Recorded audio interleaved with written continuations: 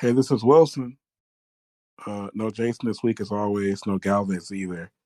But my man Shane is back. It went so well last week that Shane has said that he's willing to come on in a regular capacity going forward. And we're in the Discord. Um, in the voice channel right now. This is how I record all of my episodes. And I invited. We decided that I don't know if you guys saw where our friend Jason Mitchell, who we went to high school with, he submitted something and I posted that, and we had gotten together and decided that we were going to record once a week, this episode once a week, the three of us.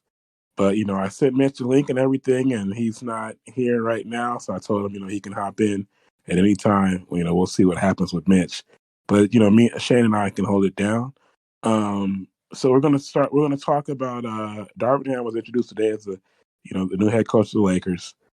We talked about the announcement last last week, or the last full episode. So we're gonna talk about that. He was introduced today. Russell Westbrook was in attendance. He got a vote of confidence from Darvin. Westbrook did, and vice versa. Uh, Rasheed Wallace is in talks to join the staff as an assistant coach. We'll talk about that, and then at the end, we'll check in on the NBA Finals after the first two games of the series. So Shane, you watched the actual presser introducing Darvin Ham as the new head coach of the Lakers. I didn't.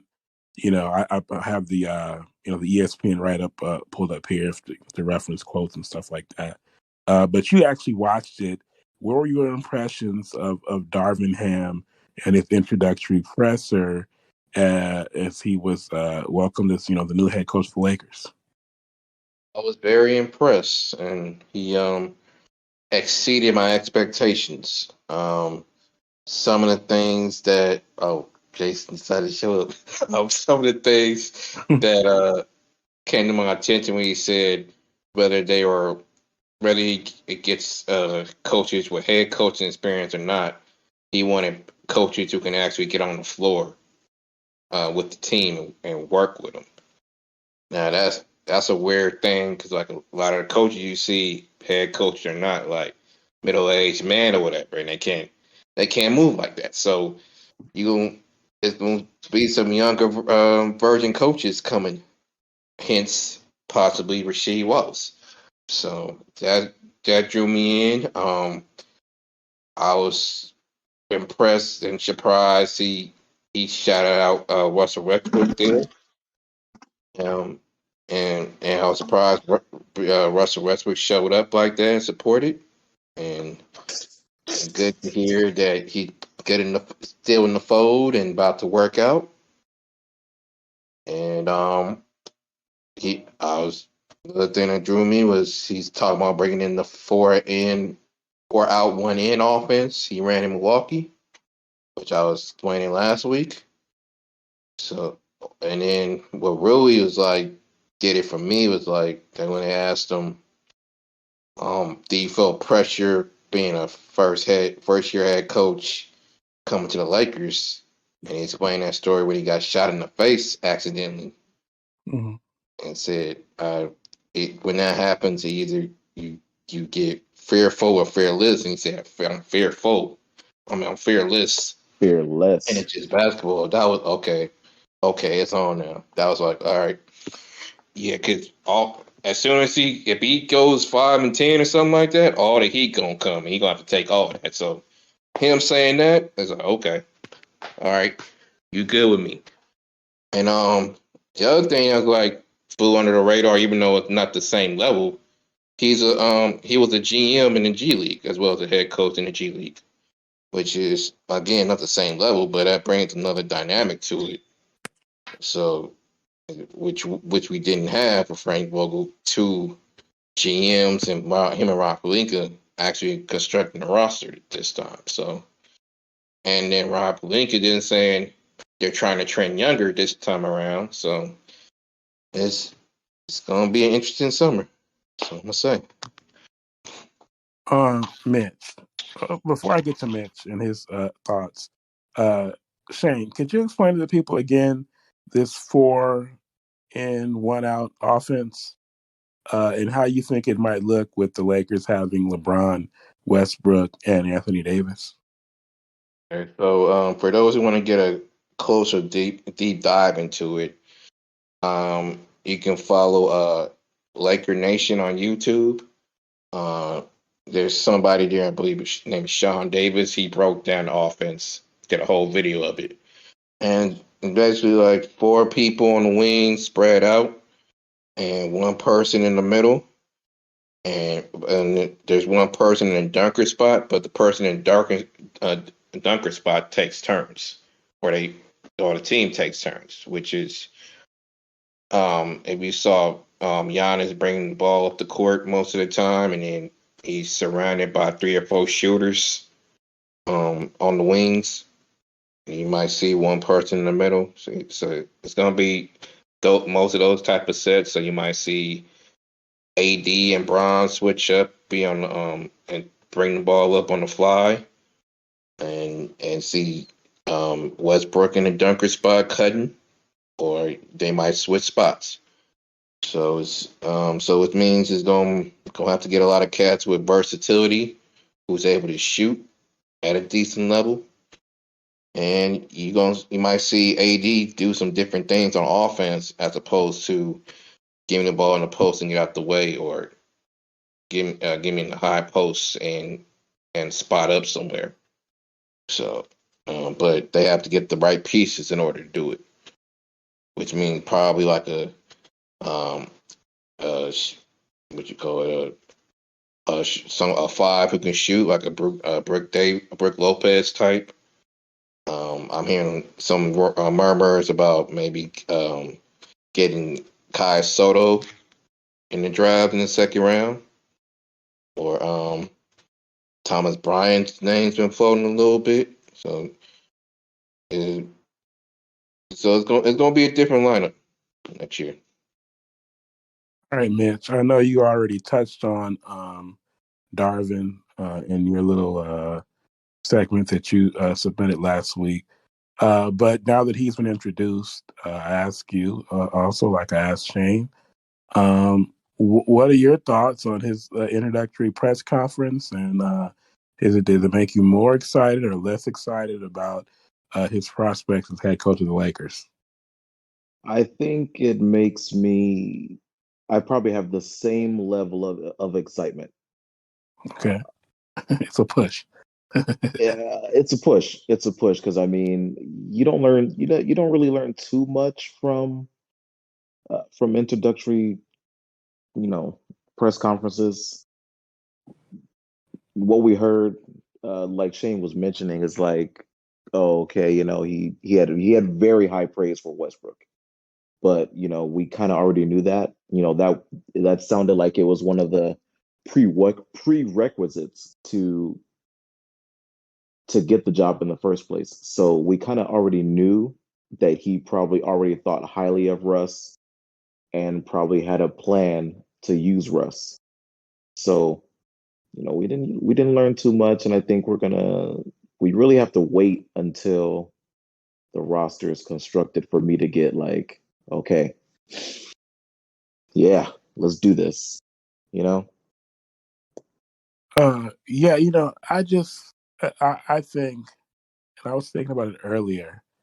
I mean, they need to fix themselves on both sides of the ball. They were the best defensive team basically. Frank Vogel, For 2 years. Yeah. yeah, for 2 years, under Frank Vogel, and then last year it all fell apart. And I mean, and then on offense, I mean, I just feel like other teams around the league are so much more inventive. That was one of the things that I actually liked about Frank Hmm. Vogel when he first took over, is that it seemed like for the first time, because the Lakers under Phil where, we know how he did things with the triangle offense. And then, Hmm. Phil leaves and, Mike Brown comes in, but he really wasn't, he only got 1 year. Then Right. D'Antoni comes in. We know D'Antoni is an offensive visionary, but he didn't Facts. have the right pieces, to run his offense. I mean, it's that first year, you had Steve Nash getting hurt and Kobe having to, Kobe. I mean, the guy running an D'Antoni offense has to be a distributor as well as a scorer, and Kobe was Mm-hmm. really mainly a scorer predominantly. And then Byron Scott. I mean, I love the guy. He's a The Team legend, Commander. but come on, I mean, he's not really bringing anything new to the table. And then, we go into Luke Walton. I was hoping maybe he could bring some things Mm. from Golden State. They kind of changed Mm-hmm. the way basketball was played. They have some under Steve Kerr, but that didn't really Mm-hmm. work out. And then Frank comes in, and I started to see some of the newer stuff with the play calling and stuff like that we hadn't really seen from the Lakers Mm-hmm. in a long time. Well, And in fairness, you got to look at his staff too when he came, because he had a Oh, lot of please. Yeah, tell him who experienced was on head the staff. coaches. Huh? Who was on the staff that was missing from last season? Jay Kidd, okay, Oh, there you go. that's important. But a big person who could float under the radar and nobody really talked about was Lionel Hollins. mhm. That Mm-hmm. because that's he's big on defense too, and he was like between him and Jay Kidd, those were the two main head assistants, and then Phil Handy came in with the player development. But whatever the reason, they didn't want to pay for Lionel Hollins, so they let him walk. But that move floated on the radar for real, and then not having Jared Dudley come back for the locker room. Jared Dudley Um, was a big locker room leader. yep, and you saw how many locker room issues that we had this season. So uh, and then I'm so just to finish, and then so Darvin Ham comes in, and Shane already mentioned that he wants to possibly instill the offense that they ran with Giannis in Milwaukee. But I mean, see, it's interesting because Darvin Ham was a player, and mm-hmm. sometimes players are, I feel like it's different. I mean, it's like Jason Kidd or anybody you could, and Jason Kidd did a great job this year. He's gotten a lot better, Mm-hmm. but it's like, I mean, Jason Kidd played the game a certain way, and he probably sees the game a certain way, and it can be hard to get guys to change their, like as the game has become a lot more modern. Some of the small details that guys like Spoelstra and Bud and Monty and guy. Monty was a player too, but I mean, it can be I don't know, but I'm gonna have to. But Steve Kerr was definitely somebody who played so I mean, it just kind of depends. But I mean, I think at the very you're forgetting though, Anto. He just finished what 8 seasons under Bud. yeah. He just got to winning championships. So he started off as a player playing in the older generation of basketball, and as a coach, he's been part of the new generation of basketball for his duration for the last 8 years. So it's just a matter of where is he at with it in the middle. It's like, is he more so the old school that we know Detroit Pistons style of basketball, or does he want to bring in some of the Milwaukee style of basketball? And it sounds like he's trying to merge the two. So we just have to It see definitely who he. sounds it definitely sounds like he wants to bring that kind of old school mentality to defense for sure. Oh yeah, That's definitely definitely. what it sounds like. I think that'll be a given. If nothing else, he's gonna. I mean, he was a hard nosed player. And he's the type of guy who he made his career bringing his hard hat, his lunch pail, as they say. So I think he's going to demand. And we have some prima donnas on this team, man. LeBron James and Anthony Yeah. Davis are about as much of a prima donna as you could possibly be. And he was and But like him and Sheed on your coaching staff, yeah, you don't have to think about that. yeah. Now Westbrook, I know he's Westbrook is his kind of player. Westbrook Yeah. has always played very hard, balls to the wall. hmm But I think I don't know. I mean, like, once again, I mean, this roster was a complete mess last year. They're going to have to get some more defensive minded players again. They're going to have to get some, more you have to specialists, and they're going to have to get younger and more athletic. I'm not sure if Shane said that earlier, but yeah, that's going to have to happen, or else it doesn't really matter, who the head coach is. Then, of course, LeBron and AD, the leaders of this team, they have to have enough pride to go, well, I can't watch this team go 33-49. I mean, I think that's as important as anything. And last year that was missing. And we have to see Was now AD. if Darvin Ham can, and I guess we can transition to Rasheed now, because everybody's saying that everybody's looking and going, oh my goodness, what is it going to be like with Rasheed Wallace It's not coaching? official yet. It's not. It basically okay. Is he gonna be the coach? But he hasn't signed anything yet, so it's not official. Right, But but assuming that he is going to be on the staff, people are looking at it like, what is it going to be like when with Rasheed Wallace, one of the more vocal and animated players of our childhood, being in the ear of Anthony Davis, who is, just a super kind of laid back, mellowed out dude. some He's kind of dog in him. kind of like Pau Gasol, actually a more Mm, dominant player than Gasol was when he's at his best. But both kind of, we've had some guys like that. Gasol, Odom, now mm, Anthony Davis.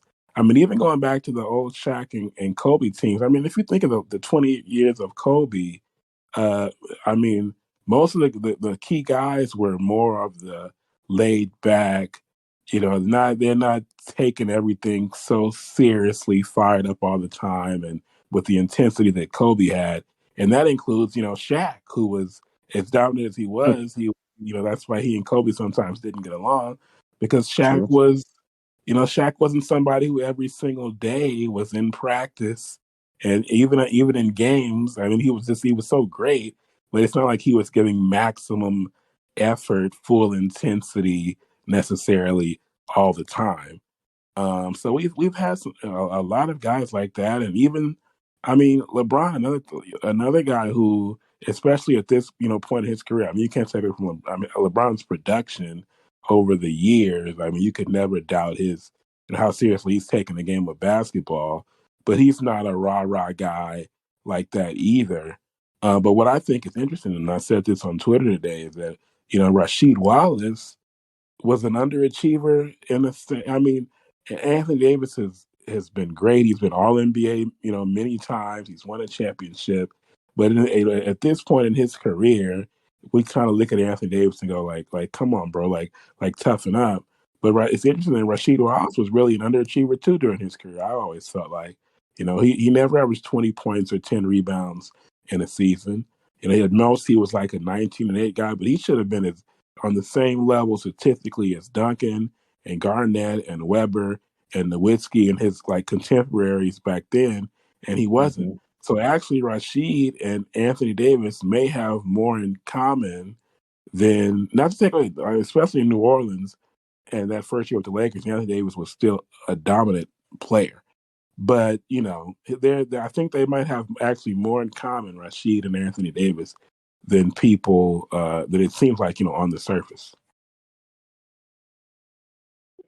I can see where you're going there, but I would say the difference between Rasheed and AD is Rasheed didn't reach his potential because he got in his own way with the text, and he didn't necessarily been on the teams where there was a veteran that can quote unquote settle him down and put him in his place, so to speak.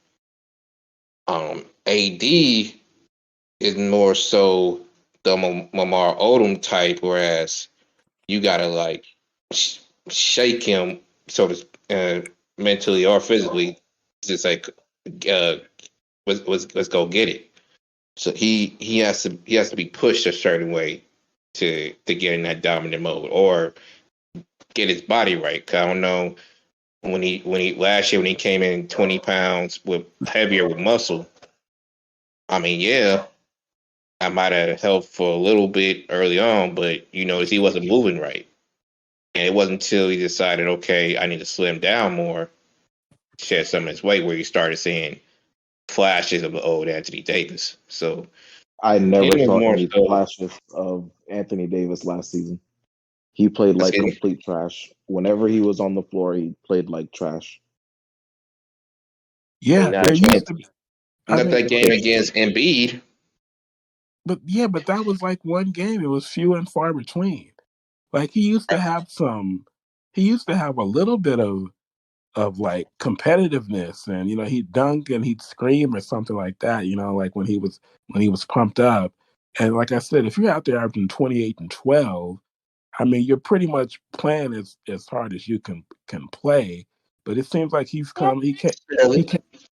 Well, yeah, unless you're like Shaq, but Shaq was so big and Hmm. dominant. I mean, AD in a way is. I mean, he's not as physically. I mean, Shaq was anywhere from 300 to 350 pounds, but AD at 6'10", 260, he's always been physically somebody that, with his athleticism too.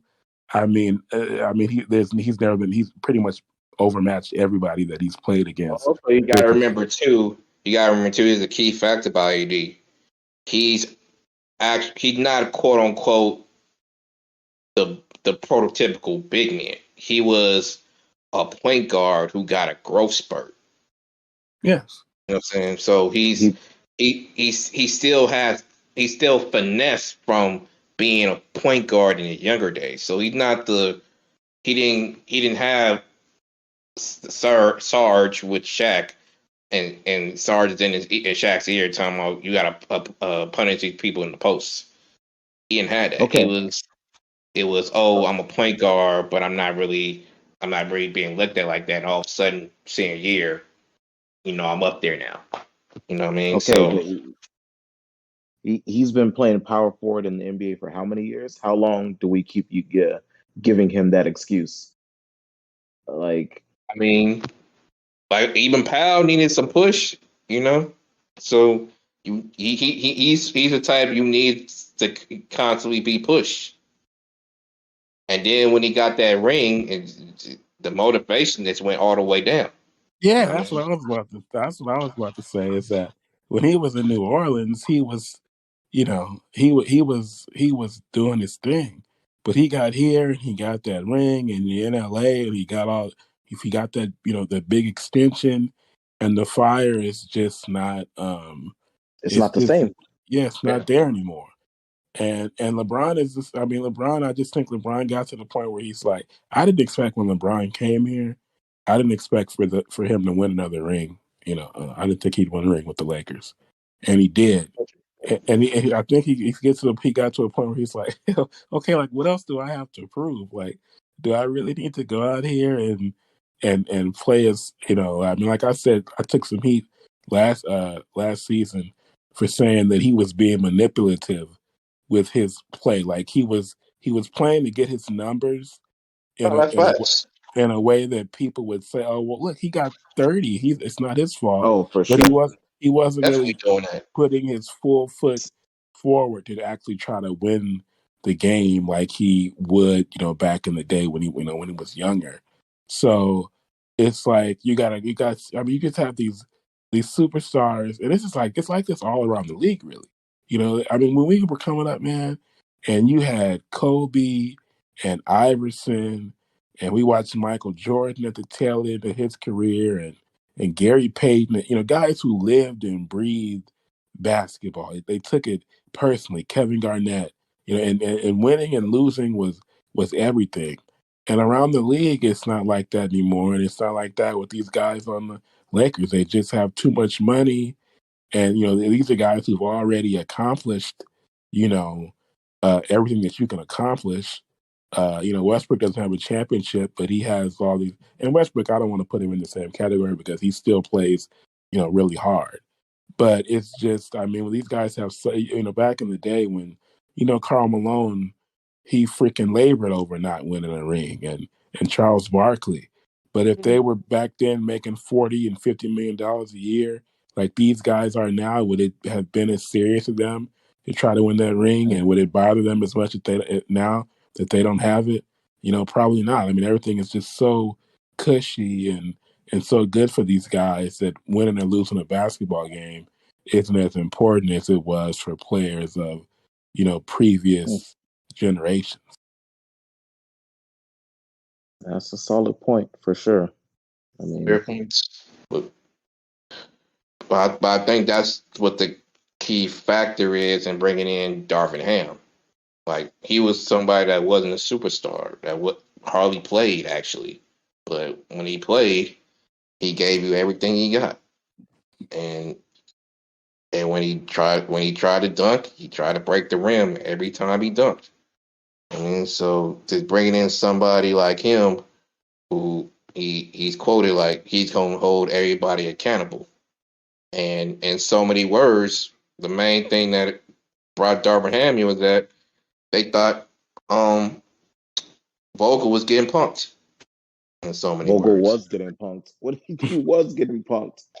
I mean, You look you at it, said it. I'm not gonna go there, but if you if I you're said if it you, very loudly. if you're the, Vogel if got you're punked. if you got front office guys like Kurt Rambis sitting in your locker room, making sure you coaching. That's the problem. I mean, you can't have that's like a principal sitting in a classroom wondering, okay, are people getting the work done? Is he getting through to people? So that's why you bring in Darvin Ham, and that's apparently why you getting Rasheed. Because Rasheed, you ain't. I mean, if anything else, you're not gonna be talking back too much to Rasheed like that. Yeah, So that's good. if anything else, so it at the very least, it's gonna be a team that's gonna compete more, and play Oh, harder better. to a certain extent. It's just a matter of what they do with the rest of the roster. And This this past season was one of not even one of this was the most unwatchable Lakers season in my entire life. I've never been so embarrassed to like watch a game. Like I felt secondhand embarrassment because these fools like they did not it just didn't seem like they wanted to be there anymore. They didn't play hard on defense, offense. They're just, doing whatever. These Negroes like they weren't running plays anymore. They're just going up and down the court. It just felt like they were going through the motions. As soon as they went on that they came on a losing streak out of the All-Star break. As soon as that happened, the season was basically over. Like Yeah, Lakers. it was like watching a slow death. I was like, oh, this is like it's like, oh, okay, the Lakers are on. I don't I don't want to do it. I don't know if I can. It was so hard to watch. So yeah, no, they better play hard this season. And I do think that Darvin is gonna Dalvin, sorry, thinking Vikings, my bad. Ha. Uh no, I think Darvin is gonna instill that into this team. You can see the look in his eyes like yeah, they better come to play or oh yeah, else. And I like and that. he's from the school of Kobe, so um, Well, Shane, you mentioned Rambis. You guys remember when Rambis was coaching the Lakers and Dennis Rodman came? We were kids, but Dennis Rodman, this is right before Phil got here, and right. Dennis Rodman came, and Rodman would just do like whatever he wanted to do, and that was funny. Now that all these, he had no respect for Kurt Rambis at all, and all these years later, Shane says that Rambis was sitting in his base. He's basically the same thing that happened to Rambis happened to Frank Vogel, and Rambis was the person who had to basically, he was in the Jerry West role now, as far Mm-hmm. as like trying to like oversee and make sure that everything is, coaches being respected and things are, happening, the way they should happen in the National Basketball Association. I think we should just at the end here, just sort of check in on the finals because it was interesting first two games. Uh, Golden State led by 12 points, and it seemed like they were just having their way with Boston going into the fourth quarter in game one. And Boston was plus 24 in the final quarter. So they went from down 12 to winning by 12. Right. And I Last mean, 3 minutes, I believe, too. say that again in 3 minutes. Last 3 minutes, and it changed around. Yeah. And it's just all of a sudden they just couldn't miss. And Golden State, Boston flipped that switch defensively, like how that '08 team flipped it against us. They could flip that switch, and it was just like the defense was just so stifling. And then in game two, Golden State comes out and that third quarter. I was just listening to Bomani Jones talk about it, but the third quarter in both games so far has been dominated by Golden State. And then in game one, basically they blew it in the fourth quarter, or Boston took it. And then in game two, the Golden State wasn't going to let that happen. And it was a big, large. They had a 23-point lead going into the fourth after Jordan Poole hit that 3-pointer from half court at the buzzer, and they ended up winning by 19. So now the series goes back to Boston for game three. I'll start with Mitch. What's your take on the first two games, and how do you see things progressing moving forward? So initially, I was picking Golden State in 6 games. I think game one was a complete fluke, like a complete fluke. Marcus Smart, 18 points. Derek White, 21 points. Al Horford, 26 points. What? Like, so it was a fluke. I think going back to Boston, Golden State's they're gonna get one of these games. They're gonna get one of these games and finish it off in 6.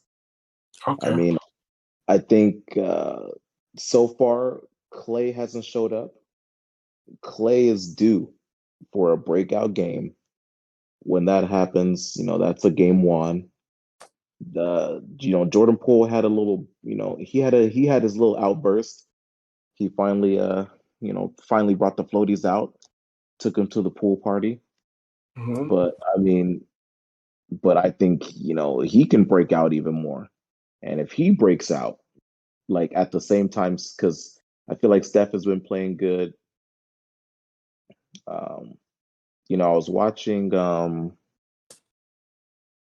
I forgot what I was watching, but, they were saying basically that, that rest in between their series it can kind of, spell doom. And it clearly did because, Golden State kind of came out kind of iffy. And I guess that kind of showed with them not being able to close out Boston outside of Boston just completely going insane for some odd reason.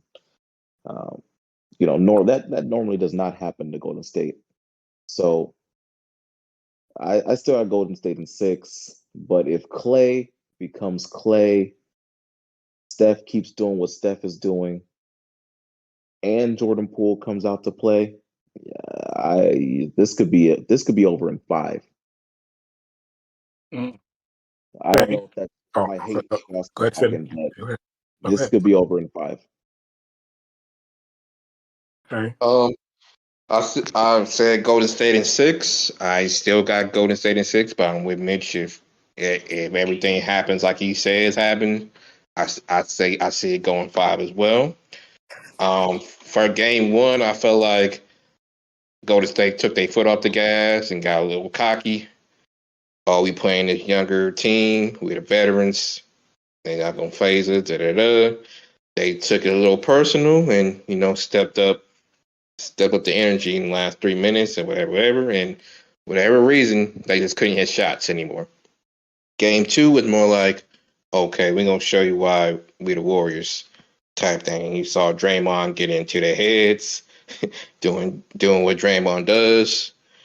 Jordan Poole got off, and if Steph keeps playing the way he playing, it might be his first Finals MVP, I believe. And when it comes to the rest of the series, I believe the next three is in Boston with the No, new format. No, two, that's the old two, two, format. 1-1-1. Okay, That's how old are you? my bad. Lord, Excuse me. Well, jeez, Louise. going to Boston. Let's feel like this if it's gonna come down to the first 5 minutes with Boston.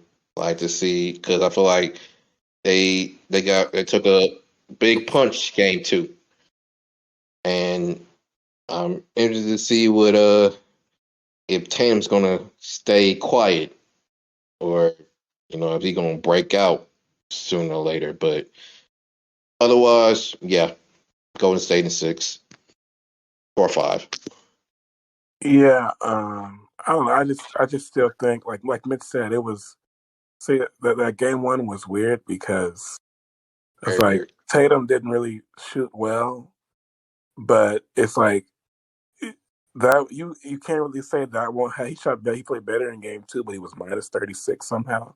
But you can't really say that Tatum won't shoot 4 for 17 again because Tatum will shoot 4 for 17 again. Like that's how he is. He'll have two straight good games. He's good for at least two bad games every series. Hmm. And then so you saw that they won. They actually won the first game where he didn't shoot well, but Horford played out of his mind. Out of Uh, you his know, mind. Derek White played a little bit over his head. Marcus Smart too, and they were able to win the game. But what's going to happen when Smart doesn't play well? I'm sorry, when Tatum has another 4 for 17 game, which probably will happen before the series is over, and Horford doesn't play well, and Smart, Derek White. like they all Yeah. suck that night, basically. I mean that's probably going to happen at some point in the series. That's another win for Golden State right there. And then even when Tatum does play well, or play better, it's like Golden State can still beat them. So basically, Golden State is just I think it's more reliable on a game to game basis than Boston is. Does Boston have maybe the highest? I said on Twitter, like in boxing, they say a good big man beats a good little man, and that's true in basketball. Like if your best player is a big forward, he should probably beat a team whose best player is a guard, you know. Um, and then I also say a good young man beats a good old man. The question is how good is Tatum and how good is this Boston team? Are they good enough to beat a Golden State team that's smaller and older, but you know, they're still going to say they still have that championship medal, and they still have that moxie. We just have to see. But I would still say at this point that I just trust Golden State more. All right. So uh, before we get out of here, just a reminder to rate, review, and subscribe to the show on Apple Podcasts. The show is also on Anchor, Spotify, Google Podcasts, Stitcher, iHeartRadio, and every other major podcaster. Make sure to follow the show on Twitter and Instagram at TC Pod Network and to like it on Facebook. Just search for the Complete Podcast Network. Send feedback and mailbag questions to CompleteLakersPodcast@gmail.com. We are out. Apologies to Herbert. We ran out of time.